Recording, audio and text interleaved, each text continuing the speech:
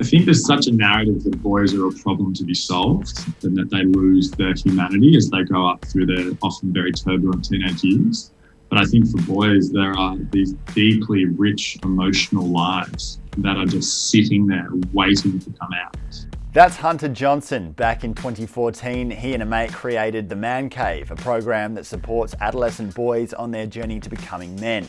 It was in response to the toxic culture they had all been exposed to over the years and wanting to change things for future generations. And we recognise that, a lot of the challenges that we see in society, whether it's, mental health, family violence, substance abuse, could actually be prevented if we worked at the root cause and actually supported boys in their fundamental years of development by using super diverse, super relatable role models. Since it started, the Man Cave has grown to reach more than 20,000 boys across Australia and is now established as a driving force ushering in a new era of positive masculinity. The key, I think, is giving particularly young men the tools of self-awareness, because with self-awareness they get to have a choice and they get to choose if they want to be someone that challenges systems of inequality or someone who contributes to them. There's no doubt the seeds being planted in young minds by the program are changing how the men of the future view themselves and each other for the better. And the massive effort in making it all happen has turned Hunter into the man he needed to be. A lot of healing for me personally, a lot of looking at my past and taking accountability and responsibility, which has been hard and messy. He's also found time to launch a personal care brand for men called Stuff to help take care of the outside as well as the inside. This is a chat about boys, men, and how we become who we are. Welcome to Young Blood, an award-winning podcast on a mission to make the mental health of young men a top priority. My name's Callum McPherson, I'm a journalist, and this is our platform to open up and share stories of what we've been through because we're not alone. Let's do it. This episode has been made possible by Kookaburra Homes, the home builder that cares about the community. Kookaburra is big on investing in local projects that better our society and is an awesome supporter of Young Blood's mission to improve the lives of young men and everyone in their lives by opening up these conversations that we need to have. Hunter, what did a real man look like to you when you were a teenager? Oh, a cracker to kick it off. Geez, a real man when I was a teenager was... it was basically, or if I think about my model of success of being a man as a teenager, was have the best banter, be the best at sport, live for the stories of the weekend so that you could use that as social currency in the schoolyard, have a bit of a problem with authority, like really try to kind of prove my own masculinity and my own manhood, often through pretty risk-taking activities. I was a bit of a cheeky kid at high school, and definitely pushed the boundaries. Like I was definitely the kid sneaking out of home and smoking ciggies in the back corner at the party. And but it was all very much a performance is probably the catch. Where do you think that came from, the motivation to feel like you needed to act out in that way? Yeah, I think the motivation to act like that, I think, was the culture that I grew up in my school. So I went to it was an all-boys school. The school motto was to do the manly thing, which is a bit cringeworthy now, looking back on that. But, we were just a bunch of boys and we had a pretty competitive year. And I think the model, again, I come back to what was success in our environment, and that was being the most alpha. And then we would look for evidence around us, whether that was men in our lives, social media was just starting then, or sporting icons. And we would look to emulate those behaviours, probably unconsciously, if I'm honest. And with the school saying, do the manly thing, what do you reckon they meant by that? I think they tried to embody a culture of respect. Yeah, it was really about being a man of character and values. But as I look back on that time, there are amazing things that I loved about my schooling experience. And there are also so many things that I think were a little bit outdated and a little bit twisted. I was fortunate. School worked for me. I was saying to someone yesterday, I'm like, I love school. It was just annoying that classes got in the way. Yeah. What do you feel like you were actually taught about being a man when you were at school? So I guess there's two ways I'll answer that. One is from my family and another is from school. So I'll start with school. I think Yeah, we were it was like 240 kids in our year, which is really hard. If you think about school, you're trying to create your identity and always looking to kind of protect yourself. And all you really want to do is belong. And, I think school often, the model for discipline or teaching at school is very punishment driven. And so it's like, if you do something bad, there's no explanation or rehabilitation process, but it's, you're a naughty kid, get outside. And then that becomes the pattern that, I definitely lived into. Yeah, rather than digging deeper into the why of this and trying to treat that, it's just, don't do that, you're doing that again, punish them. And that sort of Bandaid fix pretty much guarantees that it'll keep happening because it's not addressing the core issue. That's it. And seeing the person behind the behavior. We've at the Man Cave, which I'm sure we'll get into, worked with about 20,000 boys now. And one of the biggest insights that we see with teachers is they're so time poor, they're so overworked, they're not paid enough money. And so when they deal with conflict in the classroom, their bandwidth is so short that their go-to solution is get outside, opposed to actually understand who's the individual behind this behavior and what's going on in their lives that might be resulting in them behaving this way. And that's what's really missing, I think. Yeah, and that's a big story, and it's too much for one teacher or one person to take that on for every boy or girl in their class, because it's really it's about the whole community and the whole history and the whole future of each individual kid. How did you remember wanting your peers to see you? Yeah, it's a great question. I remember wanting to just be seen as the man. So the guy that, went to the parties and kissed the hottest girls, was playing up age groups in sport and still dominating. Nothing really fazed him. Any challenge was like I could overcome. And the catch of that is I knew that I was leading a double life. Every time I was acting in this way, it was actually eating a part of me inside. And I didn't know how to get out of that until I had a really serious injury, which kind of woke me up a bit. What was going on behind the scenes?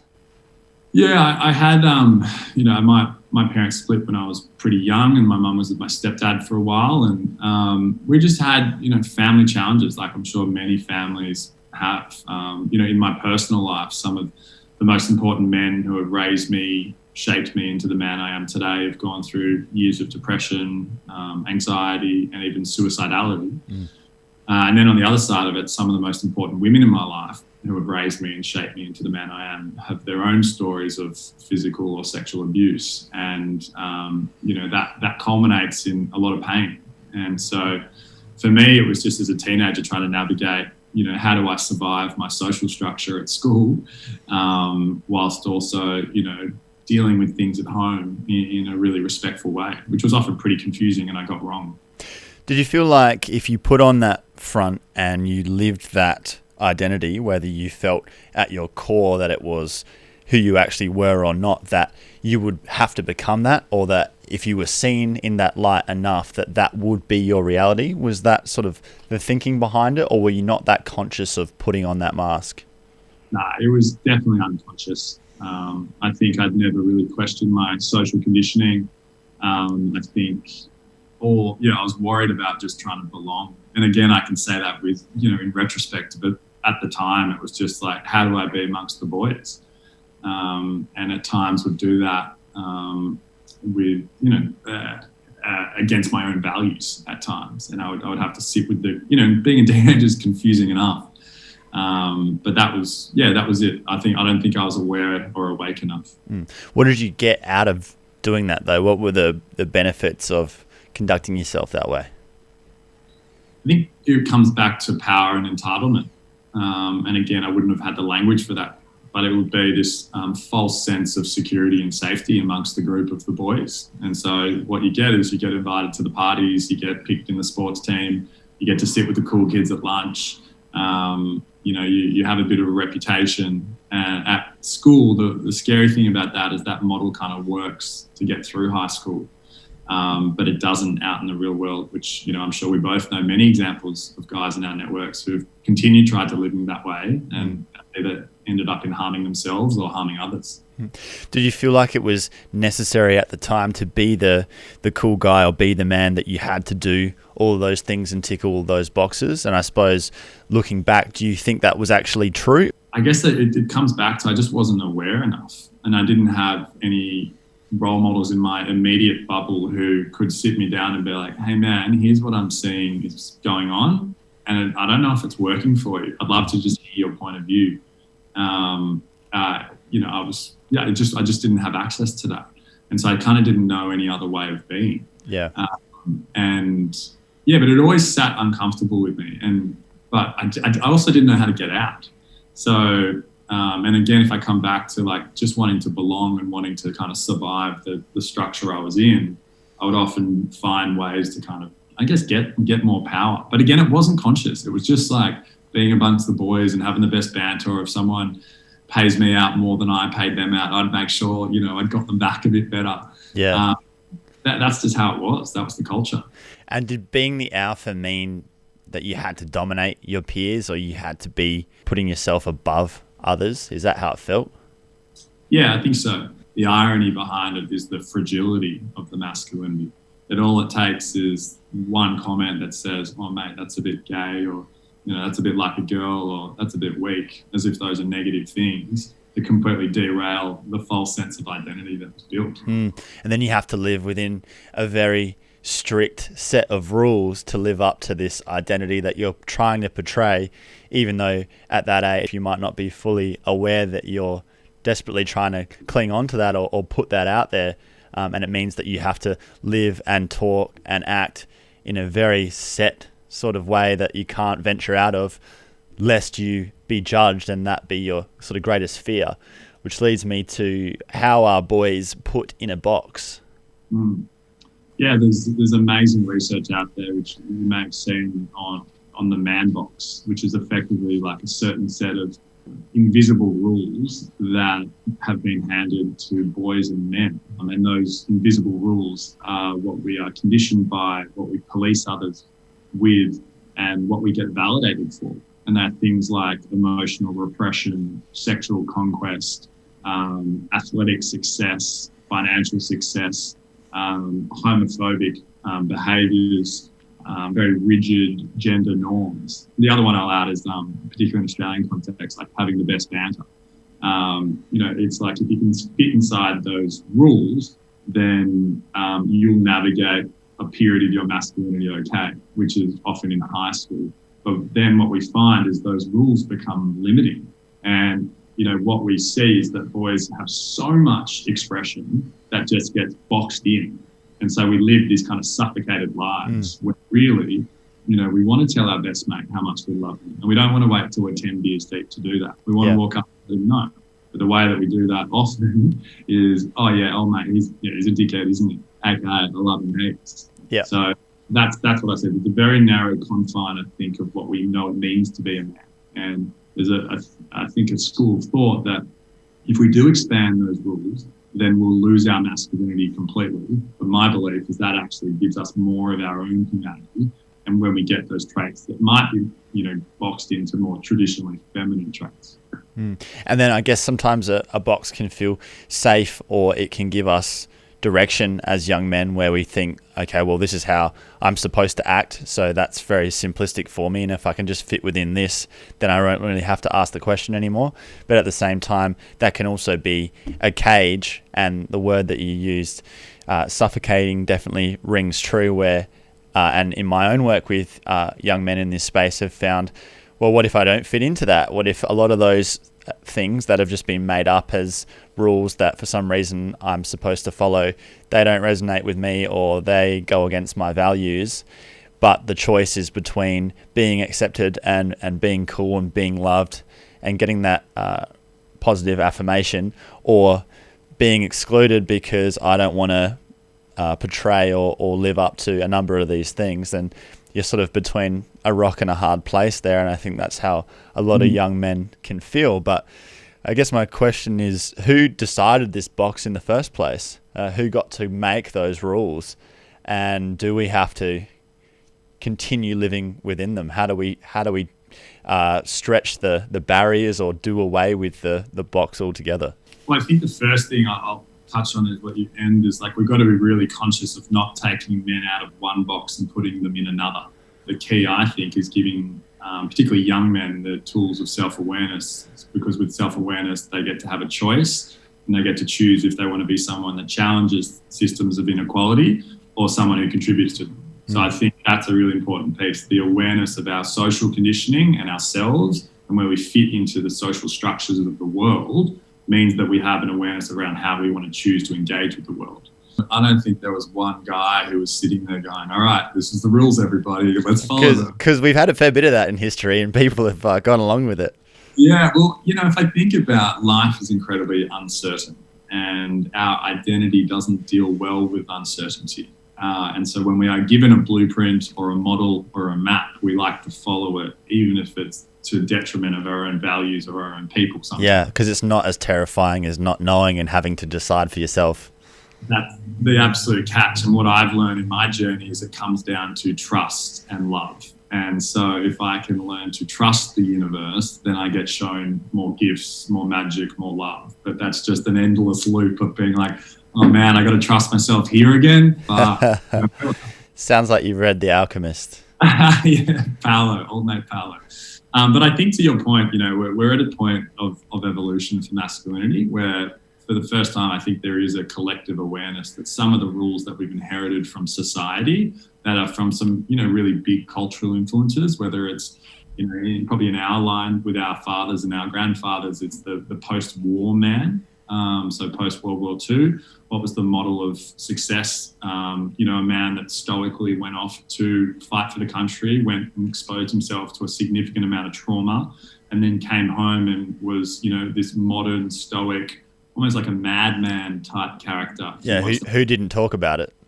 Right, exactly. You just dealt with it. You sucked it up. You got on with it, And there are so many times in life where we have to put our big boy pants on and pull our socks up and deal with life, But there are also times where we need to have a choice where we open up and we do shed a tear. Well, it's about how we deal with it as well. It's inevitable that you'll have to deal with it. But I think the whole idea of dealing with it shouldn't mean, all right, well, I'm just going to shut down, bottle it up, take care of it in my own head and not bring anyone else into it. And actually the much more mature and effective way to deal with things a lot of the time is to be honest about them and bring other people into the conversation, and that we as men can be far more effective if we speak up, we talk about how we're feeling, what we're thinking, share it with other people and actually let others into the picture, and makes us actually more effective at being able to serve the people we love rather than just building up this sort of dark cloud within us that we can't let anyone else know about because we don't want them to think for a second that we don't have it all sorted out, and that actually ends up being so much worse. Yeah, absolutely. And I think the other side of that, which I don't hear discussed too often, is learning how to listen and not need to fix or judge or offer advice, but actually just genuinely listen, because often people just want to speak their truth, and what they're looking for is that space just to be held, or that follow-up question that's quite thoughtful and empathetic. And I think that's also what's I talk about this all the time with young men. It's like they share something quite vulnerably with one of their mates, and their mate, it's like a visceral reaction, will just pay them out or have a bit of banter. And so what do they learn in that moment? Well, don't share. It's like putting your hand up in class. You go, this is the answer, you get it wrong. Everyone laughs at you. What do you learn? Don't put your hand up in class. So I think it's equally important in the discussion that we need to start encouraging boys and men to speak up. I think there's enough kind of conversation about that. What I'd love to hear more conversation, what are the environments we're creating where we know how to empathetically listen and be with someone and, ask if it's appropriate follow-up question, just to let them know that they're seen and they're okay. And instilling that maturity in boys when they're so young and their brains are 10 years away from being developed, and they're going through the pressures of all these things being thrown at them for the first time. I mean, it's impressive enough for a fully grown man to be able to come to terms with themselves and start speaking about those things. It can be the hardest thing in the world for us to do when we're adults, let alone when we're still developing as kids.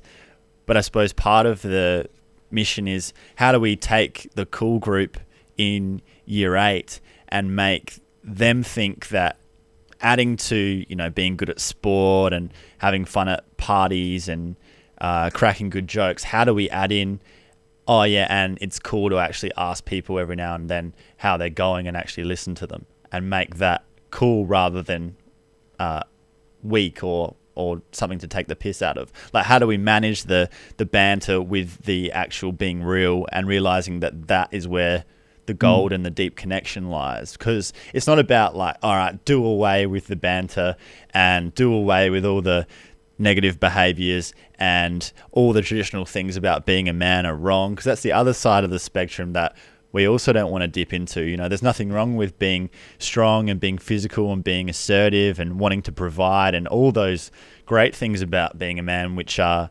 necessary. We've got to also say, we've got to encourage those things, but we've got to also discourage or want to do away with some of the more toxic elements. But it's not so simple as, all right, well, the old way of thinking was completely wrong and the new way of thinking is completely right, and anything outside of that, because like you said, that's a new box, isn't it? Yeah, absolutely. Yeah, I think for me, it's giving the range, that, on some days or some moments, you're funny, you're witty, the next moment you're playful and you're curious, the next moment you're stoic and you're strong. So I think we just need to expand that range so that they have choice across the spectrum. And again, for me, it just comes back with self-awareness, role modeling, and then often permission, and then practice. That's it. And I think if we can create environments where young men can practice developing this emotional muscle, then it becomes, it's like going to training for sport. It's the same thing. You're cultivating your emotional literacy, your ability to be able to pick moments that are safe to share, and then also how to be there and hold others when they need it too. Yeah. And I suppose empowering men to know that we actually decide what a real man is to us. That's not given to us and there's no one specific answer. That's actually up to us to decide what we want to be and who we want to live up to, and that only we can actually choose that. It's not thrust upon us. I think that's something that seems to have been powerful in the young men that I've spoken to, that they had considered for the first time, that actually what a real man is what you decide is who you want to be. And yeah, there are some things that we all sort of commonly agree that we want to embody, but it's largely up to you. Yeah, I agree. And my addition to that is, the elders play an incredibly important role. And I think one of my favorite quotes that I've heard from a mentor of mine, Dr. Arne Rubenstein, is the role of the elder is to create the space for the glorious mistakes of the young. To create the space for the glorious mistakes of the young. And I love that, and I know when I've been in the presence of elders or mentors, there's a patience there, there's a security there, but there's also a really healthy level of challenge where they've called me up into my masculinity or my manhood. And I think, particularly with the conversations that are going on around consent right now in the Australian landscape, there is a real absence of parents being held accountable for this too. It's been outsourced. A child's moral and character development has been outsourced to schools. And it's like, no. This starts at home, and then schools are an addition to this. And so, what I think is we need to continue exposing our young men to diverse, healthy role models. And the reality is with teenagers, when they're kind of 12, 13, 14, they break away from their parents and they seek to find their identity elsewhere, which used to be from the village, the community, the church, the mosque, the synagogue, and now it's social media. Yeah. And so, our model, and it sounds like what your model is too, is, that's also traditionally where the uncles and the aunties have come in to teach certain life lessons in those kind of 12, 13, 14-year-old years. But with no rite of passage or no initiation into the next stage of their life, there's kind of this delayed adolescence where we see these kind of man babies, which, I've got mates who are still living like that, and we kind of laugh about it, but it's quite serious. There's a delayed level of accountability and responsibility in their lives. And what we need more than ever now is men who are accountable and responsible for their own stuff and want to contribute to their communities too. And so that's what our model is at the Man Cave. And that connection to community is so huge for young men, but everyone in life. And I suppose it's not only having boys find their identity within one particular subculture, be that sport or whatever they're doing out of school, but finding a way to show them a spectrum of life and communities and have them be connected to more than just one group with one particular ideology, which can become very firm and set in their mind, and then they become that as an identity with no real way of seeing outside of it. I think that's particularly pertinent for people who sort of live for sport, as I used to when I was a teenager, and I know you used to as well. What did the athlete identity give you? There's so many things I love about the athlete identity. You know, it's discipline, it's resilience, it's understanding different people and characters and teams and dynamics and routine, as well as just working towards a collective goal or vision. And I think, you know, I've learned more from losing in sport than I have from winning. And I think, again, that is such a fundamental thing, as well as, you know, taking care of my body. You know, we talk about mental health, but, you know, you and I both know it's about holistic health. And I think valuing what I eat and how often I exercise, the different ways I exercise, listening to my energy internally, you know, they all add up into my well-being. And so I got that from sport. And I think also the understanding that you have to get up and make stuff happen, and it doesn't happen overnight, and it's about the process of continually showing up. I think that's something that transfers over into other areas of life that I certainly got out of that. How do you feel like you suffered from that identity though as a kid? Yeah, I think I agree with what you just shared earlier around over-identifying with the subculture. I think for me, like the ultimate thing when I was at school was playing. I went to school in Sydney, and rugby union was like the thing. And playing for the first in rugby, we'd get, you know, up to 10,000 people to big games. And so that was like the goal of what was success and what it meant to really kill it at school. And so I think over-identifying with that very limiting stereotype meant that I didn't get to express and explore parts of myself that I'm on a journey of reclaiming back now. Like I remember in year 9, I topped the grade in art, and one of my mates goes, "Oh mate, that's a bit gay." And I dropped art the next year, but it wasn't even like a conscious thought. It wasn't like I was triggered by that majorly, but it was just like, oh, I can't do that. That's a rule that's enforced. Yeah. So, you know, as I said, a big part of my journey now is going and doing art. And I went to like a stand-up comedy course at NIDA recently. Oh, cool. When we were sitting around in like the initial check-in circle, they were like, "So why is everyone here?" And the people were like, "Well, you know, people say I'm funny. I've always wanted to be a comedian." And I was like, everything in my identity says don't be here. And I just know it's going to be really healthy for me to explore and embrace those parts of myself. Yeah, and it's just making the uncomfortable comfortable and leaning into those sorts of fears that we have. Yeah, I fully understand that.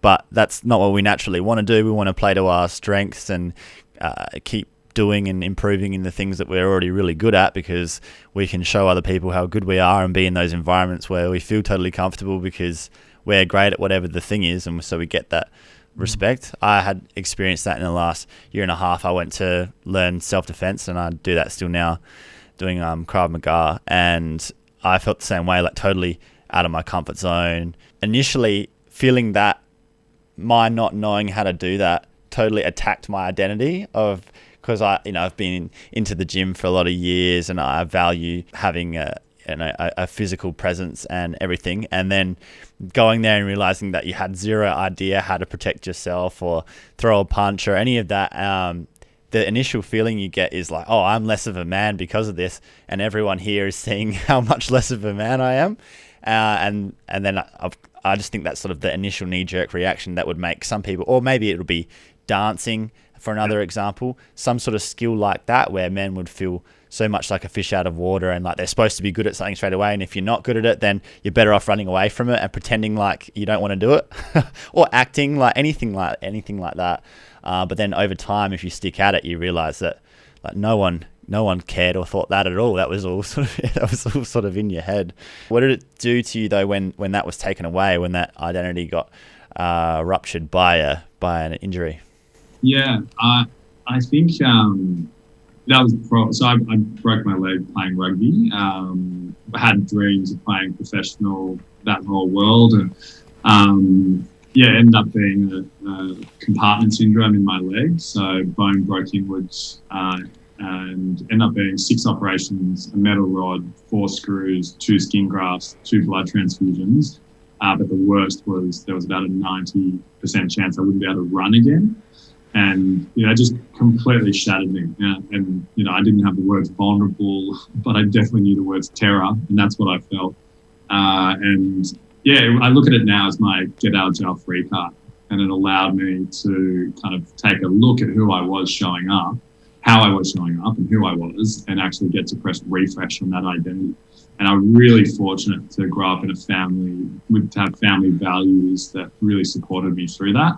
And I particularly got left with a comment from my grandfather, who said to me, "You're that good at sport. Imagine if you could push that into something a little more meaningful." And it was pretty hard to swallow at the time. I was like, "Mate, this is the worst thing that happened to anyone ever."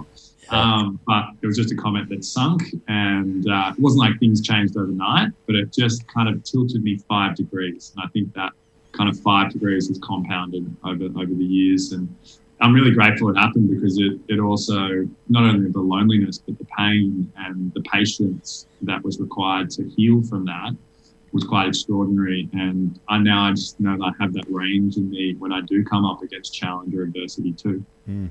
Do you think about who you might have been had that not happened?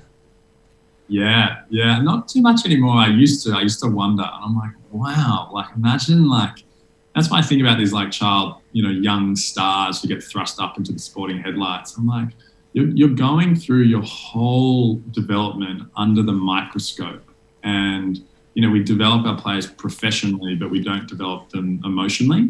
And suddenly they've got all this responsibility, they've got all this money, they've got all this attention, and we're wondering why they're making the mistakes that each of us has made anyway. We just didn't make it under the spotlight. Yeah.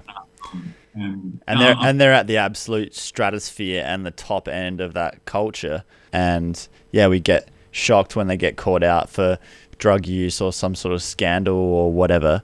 And it's like society expects, because this guy's great with a football, he should be the perfect role model as well. And it's sort of unfair. I guess it sort of comes part and parcel with the game. But we think of them as some sort of superheroes or whatever, and they're just guys who are really good at this one thing, and they're humans. Athletes who have made it often come from really challenging backgrounds, and so haven't necessarily had the privilege to grow up in a family home that talks about values, that talks about your morals, that talks about what's your purpose. They see the model of success for getting out of there as making it in sport, and then when they do make it, suddenly there's all this expectation wrapped around it. And so again, like, where's the healing or the rehabilitation? We just tend to kind of cancel them or throw them out. It's like, wow, there's a massive opportunity. Yeah. That story is just on cycle. Yeah, and that's the box again, isn't it? A sort of a different one, but that societal expectation. And it's like, where do you draw the line between seeing people as humans and realizing that no one's perfect, and actually not throwing them away, working on them, redeveloping them, and then having them have a better story than they would have ever had otherwise, and then they become a role model. But still, we're at a point in society clearly where we're like, oh, that's past the mark. But that's just it's an interesting line that we draw. What was the trigger that made you and your mates want to address masculinity at large? So I started the Man Cave with Jamin Heppel. So it would have been 2014. I think we were just chatting, and we shared our own life stories, and we're actually running kind of 2 similar social change programs through sport at the same time.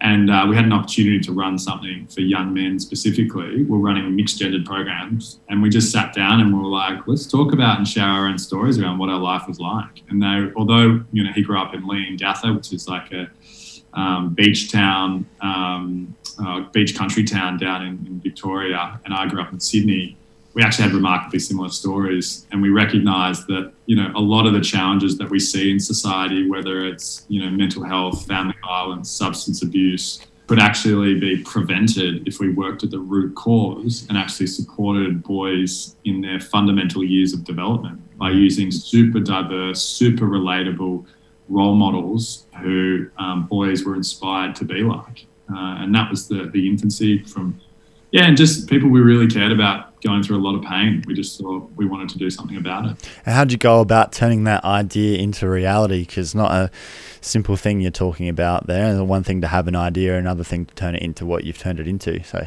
how did you approach that? Yeah, it's so hard, man. And like, even imposter syndrome in this space too, it's like there's such I feel this kind of, particularly in the early days, I'm like, who am I to be doing this? Like, I haven't been perfect, and like suddenly I want to change. And my mates being like, mate, we know who you really are. Just a bit of cheeky banter there, but it plays on my mind. And so we just caught up for like 6 weeks, 3 nights a week, and just mapped out what would it look like to create a safe space for boys just to take off the mask. That's it. So we create the space, they can take off the mask, let the group do the work with their authenticity, and then just give them some tools so that they know where to go afterwards. And we ran the first 6 workshops at a town which is nicknamed the ice capital of Victoria. Yep. And we had a teacher come in at the end and was like, listen, I haven't seen the hallways lit up like this. Whatever you are doing, it's working. And she picked up this Post-it note that was on the it was on the table, and it had written, thanks for the lesson, man. Really shows me what it looks like to be a real man, and signed off a kid's name. And she goes, he was just anonymously voted as the school's biggest bully last week in this anonymous survey we did. So the fact that you got through to him, keep doing what you're doing. And I still have that Post-it note up in my room today. So, yeah. And what is the program based on, like with the consultation beforehand? And I suppose I know schools are very diligent in the programs they allow to run, and obviously they have a lot of interests to take care of. How do they vet what you guys do, or how did you get it across the line, especially in the early days, to say that, this isn't going to do harm? Yeah, it's definitely been a journey, because schools are inundated with services, and do they need another one? Who knows? But I think there was absolutely a gap in the market when we started this in 2014. That just was a program that didn't speak at boys, but actually spoke with boys. So what we do is not presenting. So we don't come in with a 45-minute PowerPoint presentation and try to fix masculinity. What we do is do facilitated experiences over a minimum of full day. So, so for us, early days, it took a few personal relationships, and then to get a foot in the door, do a really good job, really look to cultivate the relationship with that school, and then tell powerful stories. I think storytelling is one of the most powerful currencies we have for social change and for impact. And the more stories we got, the more it kind of snowballed. And then, we've now kind of worked to a position where we are working with about 15,000 boys this year, and programs are fully booked out. So we're now looking at, if our model is service delivery, which is so tough to scale because you're managing your quality whilst increasing the quantity. Yeah. We're now looking at how do we, what role does digital play? What role does train the trainer play? And so we've started something called the Man Cave Academy, which is around training facilitators, youth workers, educators, parents in what we do, so that they can do it in their communities in their way. And what's the past 7 years shown you about boys? I think there's such a narrative that boys are a problem to be solved. They're tough, and that they lose their humanity as they grow up through their often very turbulent teenage years. But I think for boys, there are these deeply rich emotional lives that are just sitting there waiting to come out. We run programs all the time, and a guy will be like, this bloke's been my best mate for 5 years, and I just learnt more about him in 5 minutes than 5 years of our friendship. Or, mum's emailing in going, my kid's gone through 5 years of seeing a psychologist, and he's got more out of the man cave because he finally realised he wasn't alone. And so what I think is often boys just need the language, the safe space, and the permission to lean into their authenticity, and then I think they're set. And I think it takes practice, and it takes time, and it takes role models they look up to. But I think if we give them that space, they will absolutely take it. And that there is, an absolute army of young men out there who want to make the world a better place. And we don't see that narrative very often in society or in the media. Yeah, don't underestimate boys. How has all of this shaped you going on this journey? Yeah, geez. I think a lot of healing for me personally, a lot of looking at my past and taking accountability and responsibility, which has been hard and messy and still going. But I think it's brought out the best in me. I think I've been allowed to follow my values. I've been allowed to be surrounded by people who I think are smarter and better than me. And that brings out the best in me. And then I just love a challenge. So it plays to some of those, I think coming back to the sport conversation, what I developed in sport, I get to apply, in an avenue that I think and I hope makes the world a better place. Yeah. Are you the man you thought you wanted to be as a teenager? No, definitely not. I think I will, I don't know. No is the answer. I think I'm proud of who I am now, which is, that's been a journey even to say that. But I think, I didn't know what I was doing existed. But I think what I am proud of, like I'm about to turn 30 tomorrow. And one of the things I'm going to write myself is a letter to when I'm 40, for when I'm 40. And someone goes, "Oh, what do you want to be?" And I'm like, I think I'm going to frame it around who I want to be. What are the qualities I want? How do I want to be showing up? How comfortable am I with what I'm doing in the world? And what impact am I having?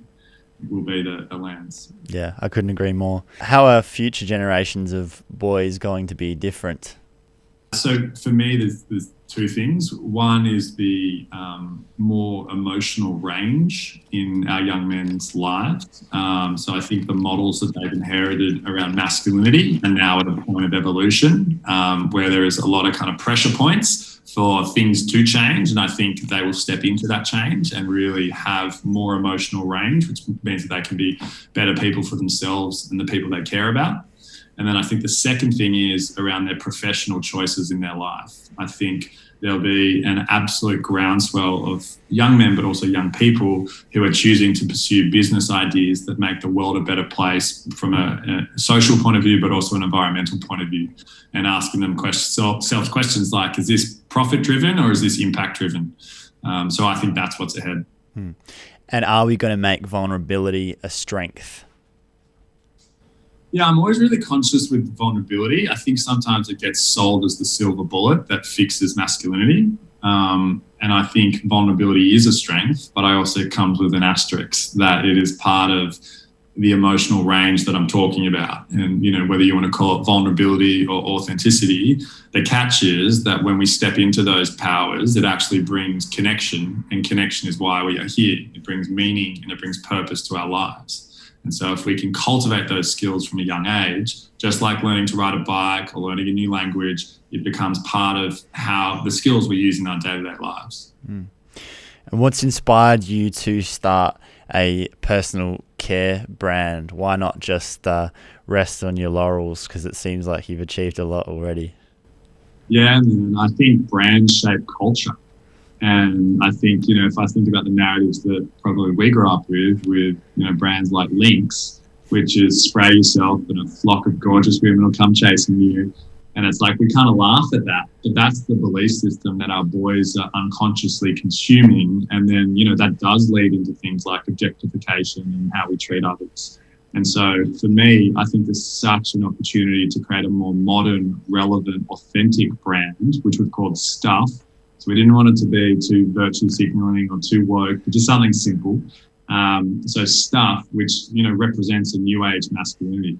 And how we've designed it is that Bandaid, which is our charity, is a majority shareholder in Stuff. So it's a purpose-driven business. So absolutely, it's about being a commercial product that's a quality product, but also it has a social purpose at heart that can, ideally fund the man cave. And what messages is Stuff going to put out there for boys? So one of the activities we do in our programs is an activity called Anonymous Questions, where we get boys to write down on Post-it notes what are the things that they really want to talk about that they've never had the space to, they've never had the language, they've never had the permission. we scrunch them up, throw them in the middle, we'll pull it out, and then we'll talk about those topics. And they're pretty edgy topics. It's things like, I've got an addiction to porn. Does anyone else? Or, hey, I'm questioning my sexuality. Does anyone else? Or, my parents are going through a divorce. Or, hey, I just picked up my dad's phone yesterday and I saw he got a message that, and it looks like he's cheating on my mum. And so it's all anonymous, but these are the inner worlds that boys are going through, and we'll often speak to them. The cool thing is we now have those post-it notes from the boys with their permission that we are now using to push out as content for stuff. So really it's kind of accessing the unfiltered attitudes, belief systems and questions of our young men, and then we're using the content to kind of speak to that. And I think coming back to what we said earlier, it's an incredibly uncertain time and a confusing time for what it means to be a man. And the purpose statement of Stuff is to be a brand that supports men through a new era of masculinity. And for me, it's not like, again, the virtue signaling or anything like that. It's just, hey, we're walking alongside you through this, and we're going to do this through exposing you to positive, diverse role models who just show different and diverse ways on how to be a man. So Stuff's really saying, just be who you are. Be who you are and make that cool. That sounds awesome, man. Sounds real cool. Well, thanks, man. Thanks so much for your time. A tremendous journey that you've been on from where you came from to where you are now, and such an unexpected path that you've taken, but obviously seems like where you were meant to be from where you sit now, and that it's sort of the beginning of the story. Yeah, it's just great to see someone who obviously lives their passion in this space, is the kind of person that others need to look up to. And I love that you've been doing it for this long, but you still pretty much can't keep the smile off your face when you're talking about it. And obviously it means so much to you, and that's something that really resonates with me as well. I think we need leaders like yourself to lead by example and show the men of tomorrow and today sort of another way of going about things. So just want to acknowledge you for the work you do and the man that you are. That means a lot. Actually got a bit emotional listening to that. And I just want to acknowledge you, man. Like, I think it's, it's an incredible platform that you've created, and it feels like an extension of you in this. And I think, putting yourself time and time again out there for others to, effectively democratize everything from mental health to masculinity is a really generous act, mate. And I'm very grateful for the opportunity to share this with you. Thanks, brother. Yeah, it's all different pieces of the same puzzle, I feel. There's the in-person stuff, there's getting to people as a preventative health measure when they're younger and then when they're older, and just finding ways to compile this message and put it down as many avenues as possible, so that eventually as the years go by we start to arrive in a different world, and I think we'll get there.